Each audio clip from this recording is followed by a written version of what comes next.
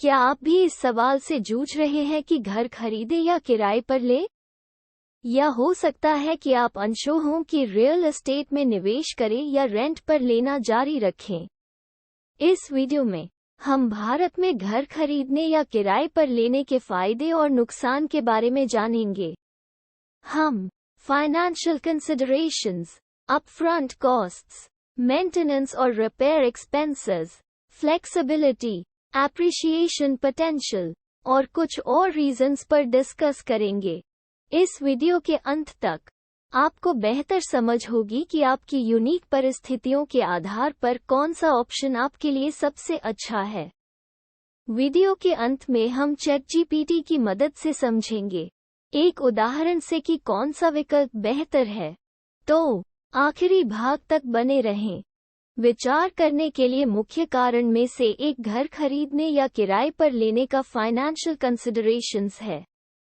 भारत में इस वीडियो को बनाते समय होम लोन के लिए इंटरेस्ट रेट लगभग 8.6% है, जिसका अर्थ है कि 50 लाख के होम लोन के लिए 20 वर्ष के लिए 45,500 रुपये मंथली EMI होगी।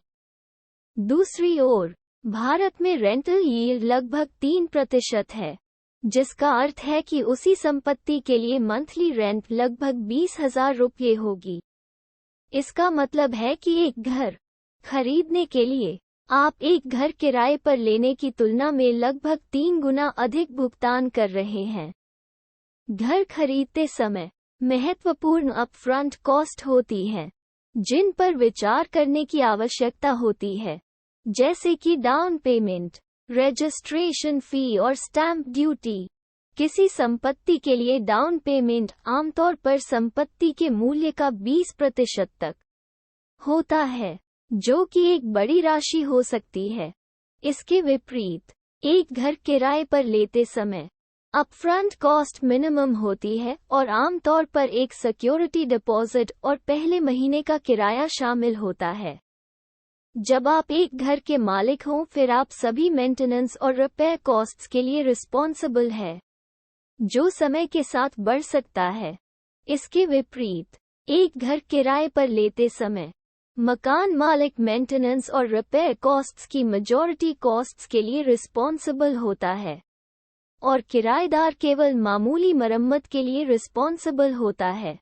एक घर किराए पर लेना अधिक फ्लेक्सिबिलिटी देता है, क्योंकि किराएदार अपनी रिक्वायरमेंट्स के अनुसार आसानी से एक नए स्थान पर जा सकते हैं या अपने रहने की व्यवस्था को बदल सकते हैं। दूसरी ओर एक घर का मालिक होना एक लॉन्ग टर्म कमिटमेंट है और घर के मालिक को खरीदारी करने से पहले नौकरी की स्टेबिलिटी, फाइनेंशियल स्टेबिलिटी और पर्सनल नीड्स जैसे विभिन्न कारण पर विचार करने की आवश्यकता होती है। रियल एस्टेट को एक अच्छा इन्वेस्टमेंट माना जाता है, क्योंकि समय के साथ इसकी सराहना होती है। हालांकि ये ध्यान रखना महत्वपूर्ण है कि सराहना की क्षमता स्थान, बाजार की स्थितियों और अन्य कारण के आधार पर भिन्न हो सकती है। आमतौर पर प्रमुख स्थानों में संपत्तियों की अधिक सराहना होती है और ऐसे स्थानों में घर खरीदना एक अच्छा निवेश हो सकता है। भारत में मौजूदा इंटरेस्ट रेट और रेंट को ध्यान में रखते हुए घर किराए पर लेना घर खरीदने की तुलना में अधिक कॉस्ट इफेक्टिव ऑप्शन लगता है। हालांकि एक घर का मालिक होना लॉन्ग टर्म बेनिफिट्स प्रदान करता है, जैसे एप्रिशिएशन पोटेंशियल। यह आपको सेंस ऑफ सिक्योरिटी भी देता है। आइए अब चैटजीपीटी द्वारा जनरेट किए गए एग्जाम्पल्स देखें। ये क्वेश्चन है जिसे हमने चैटजीपीटी से पूछा था। अगर आप ये समझना चाहते हैं कि चैटजीपीटी को क्या क्या डिटेल्स फीड की गई, उसके लिए आप वीडियो को रोक सकते हैं और हमें यही रिस्पॉन्स मिली। जैसा कि आप यहाँ देख सकते हैं, 20 साल के अंत में घर खरीदार के लिए संपत्ति का फाइनल वैल्यू 3.5 करोड़ के करीब है और हमने संपत्ति मूल्य में 6% की दर से वृद्धि पर भी विचार किया है, जो मुझे लगता है कि उचित है। आइए अब देखते हैं कि क्या होगा यदि हम किराए के आवास में रहते हैं और इनिशियल डाउन पेमेंट का इन्वेस्टमेंट लंप सम राशि के रूप में म्यूचुअल फंड में करते हैं और मंथली रेंट में कटौती के बाद रिमेनिंग अमाउंट का मंथली एसआईपी करते हैं, यह मानते हुए कि 20 साल की अवधि में म्यूचुअल फंड निवेश का रिटर्न 12% है, जो रीजनेबल है। तो आइए नंबर्स पर नजर डालते हैं। जैसा कि देखा जा सकता है, फाइनल अमाउंट 7.35 करोड़ के करीब है, और अगर हम लकी रहे और हमें अपने निवेश से 15% रिटर्न मिला, तो विश्वास करें या न करें, फाइनल अमाउंट 16.6 करोड़ तक जाती है। यह एग्जाम्पल केवल इलिस्ट्रेशन के उद्देश्य के लिए है और यह इस बारे में कुछ भी कंक्लूजन नहीं निकालता कि किसी को घर खरीदना चाहिए या किराए पर लेना चाहिए।